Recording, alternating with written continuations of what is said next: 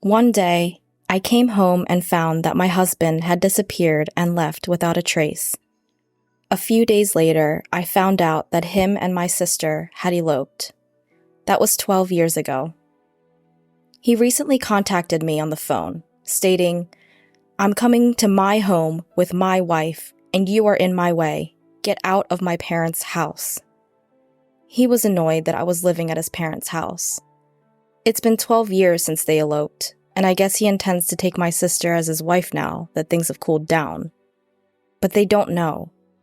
They don't know how drastically the family, including myself, have changed since then. My name is Melanie Miller, and I am 27 years old.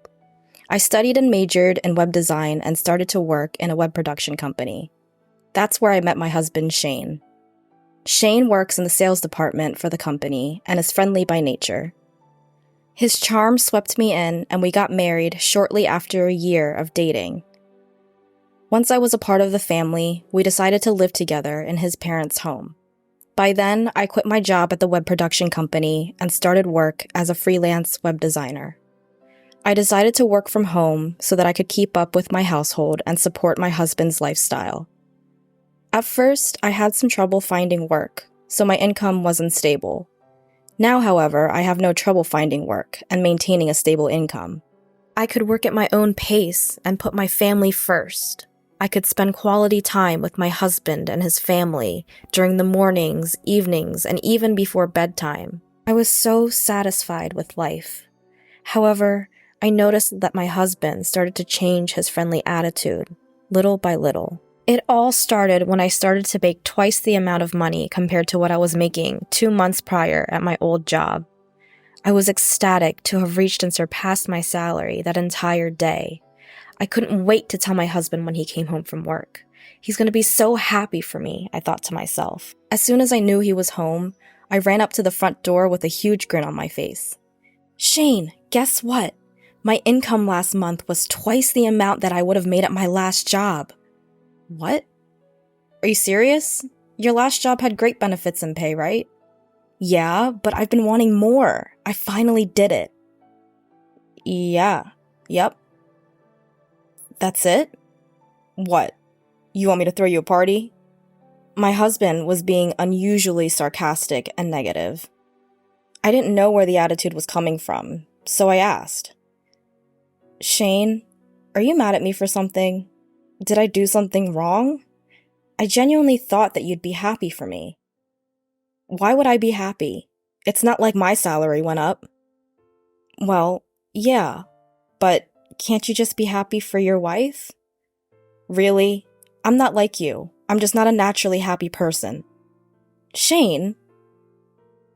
After that fight, my husband became more distant and indifferent day by day. Our daily conversations decreased until eventually it was only me that greeted him good morning and good night first. Even though we were only a year into marriage, we were far from happily married. My in-laws, whom we lived with, started to notice the tension and they began to worry, but they never said anything. 2 months went by and the relationship was still the same. We ate our meals together, but sat in silence. He'd switch the channel when I was in the middle of watching something and would eat all of the food in the house that I'd buy without asking for permission. Whenever I tried to confront him, he'd argue with me, so I just kept it to myself. Then finally, one day, I was cleaning the house, and my mother-in-law came up to me looking anxious. "Melanie, how are you? Are you okay?" "What do you mean, am I okay?" "Well, when you and Shane first got married, you both used to go out and enjoy spending time together. But lately, it seems like you don't do much of that anymore. And you don't even talk, and..." "Yeah, but we've only been married for a year," I replied. But it was strange. I forced a smile back at her so that she knew not to worry.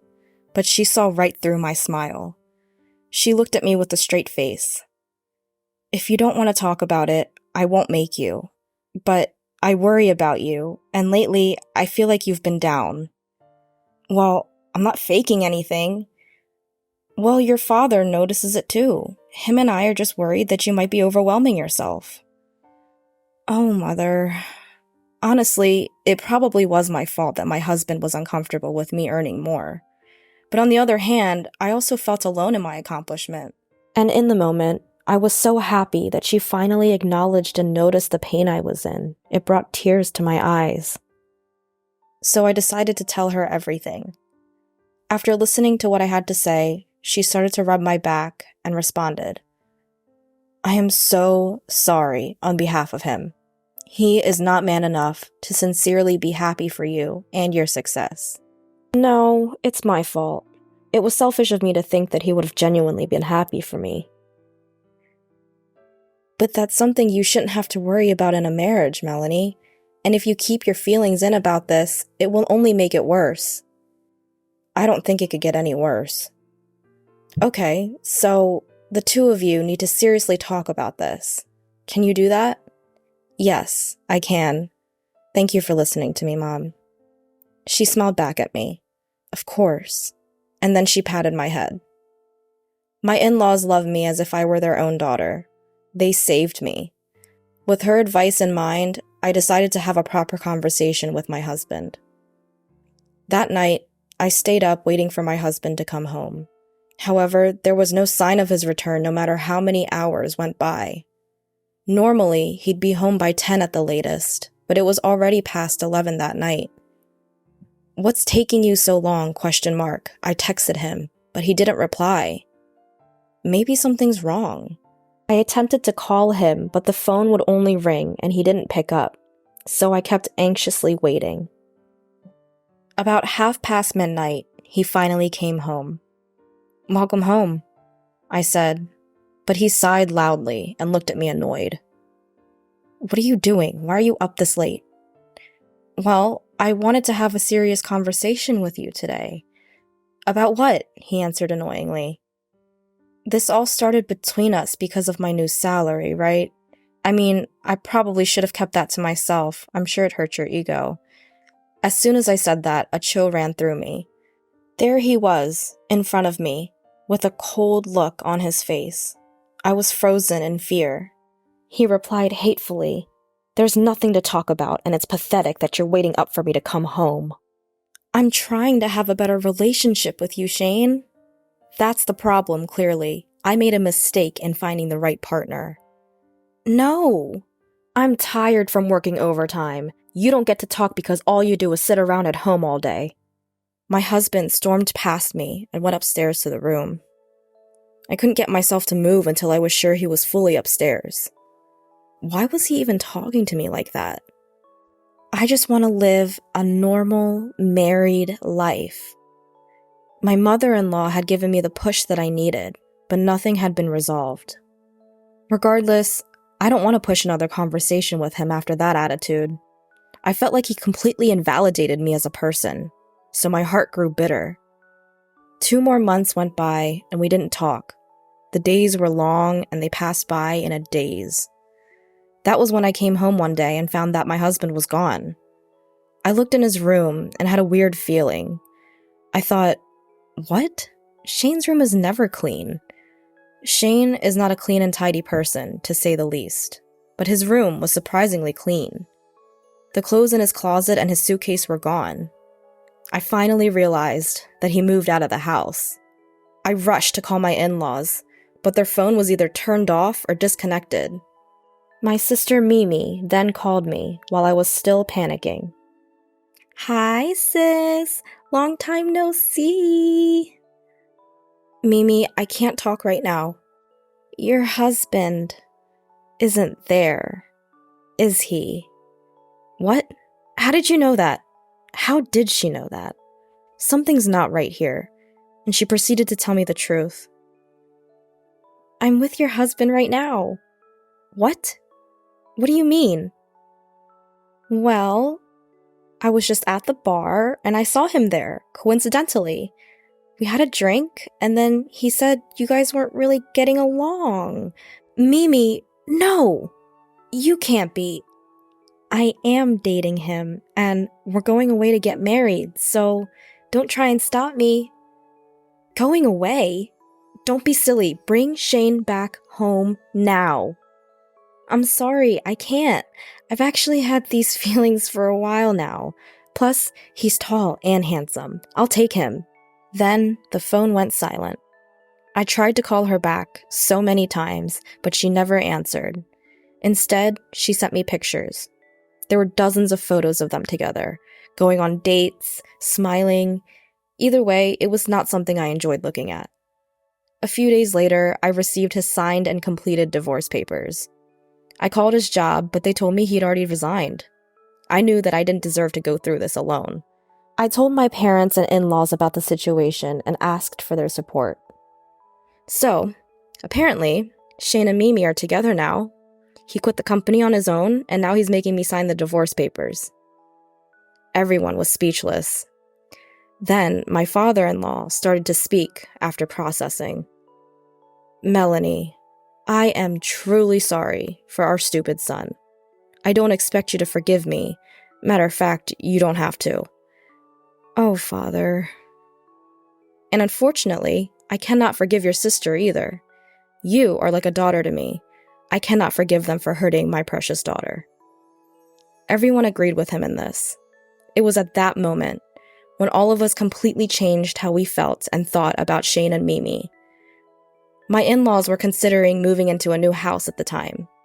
After the situation, they claimed, I don't want anything to do with my son ever again, and they moved houses without telling him. My parents have also decided to cut ties with my sister. If she were to ever come back, they said they'd pretend as if they don't know her. Someone whose moral compass is so far gone that they'd take their sister's husband is no daughter of ours. That was their reasoning.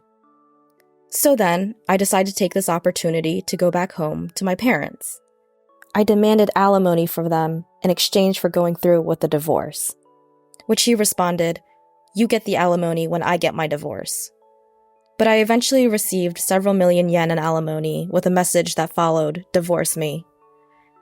As soon as the divorce was finalized, I cut all ties with Shane and Mimi. It's been 12 years since the divorce, and a lot has happened since then. My in-laws tore down the house we all lived in and even sold the land. I have become more well-known as a web designer, and my salary is much higher than it used to be. Because of this, I'm able to travel regularly with my parents and live a fulfilling life. Today, while I was working, I received a call. I picked up without looking at the caller ID, assuming it was a client. But it instantly brought back bad feelings. It's been a long time, Melanie. How have you been? Shane? I knew you'd remember your ex-husband's voice. He's talking nonsense, just like before. What do you want? 12 years and now you want to talk? I could hear him chuckle. No, you're in my house. Get out within the next 10 minutes. What? What are you talking about? We're in some financial trouble. Anyway, I'm on my way there now. I'm bringing my wife home to my house. You can get out of my parents' house now. Apparently, he still thinks I'm living with his parents. He really thinks that after 12 years, things have cooled down and they'll finally be accepted. In the background, I hear, "That's right, get out of there," coming from my sister. But they really don't know. Do they really think that just because it's been 12 years, all is forgiven? The world is not that kind, and I will show them hell if I have to. But I took a deep breath and said, if you want to go home, go home. I'm not at your parents' house anymore. Oh, really? Did my dad kick you out? How dumb can you be? Your parents' house doesn't even exist anymore. Huh? What do you mean it doesn't exist anymore? Shane's voice started trembling with anxiety. At that exact moment, he pulled up to where the house used to be. He screamed, "What the hell?" And I could hear the anguish in his voice. I then continued, "As soon as you eloped, we decided to cut ties with you both. Your parents have moved out, and my parents completely disowned the woman you're with. There's nowhere for you to come back to." Are you kidding me? How is this even possible? Believe it or don't. Be my guest. Your parents, my parents, and I don't consider you family. You aren't worthy enough since you both ruin people's lives. That's terrible. But family. And who ruined your family? Don't ever call me again. I won't let you people ruin my life any more than you already have. As soon as I said that, I hung up and blocked the number. This time, I severed the last connection. After their failed trip to his parents' home, they decided to try my parents. But my parents already disowned her. My sister is sobbing loudly, to which my parents responded, "Who are you?" and completely ignored them at the gate. Then, they both got down on their knees and started to plead. "Please, parents, please forgive us. We have nowhere to go, please." Shane was following along with Mimi. "I'm begging you as well. My parents' house is gone. We have nowhere to go. Shut up. We don't care. You're not family anymore." That's right. He even sprinkled salt on the front door. "No, please, wait. No, please, I'm begging you. My father-in-law." "You don't get to call me that. Get out of here."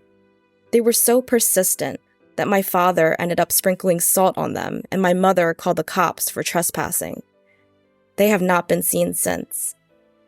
Last I heard, they were jobless, homeless, and asking their friends for money. But by the time they came back, word of them had spread around, and no one was willing to lend them anything. Anyway, it's unlikely that they could even survive in their hometown. They'd have to start scratch from somewhere else. But they brought that on themselves. They sowed their seeds, and they'll have to suffer for it. Me and my parents, of course, will never see them again. And they will live the rest of their lives full of regret.